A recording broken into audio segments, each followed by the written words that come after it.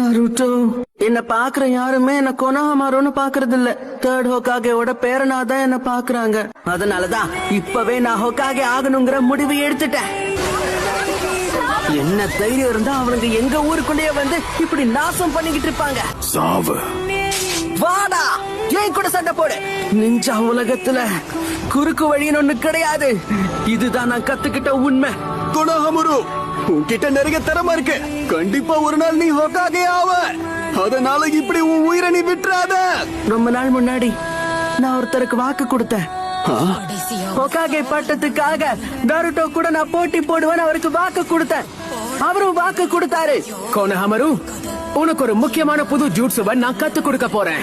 இது ஒரு ஏ rank ஜூட்சு and கத்துக்கிறது ரொம்ப கஷ்டம். இது ஒரு சூப்பர் அட்வான்ஸ் நின்ஜூட்சு.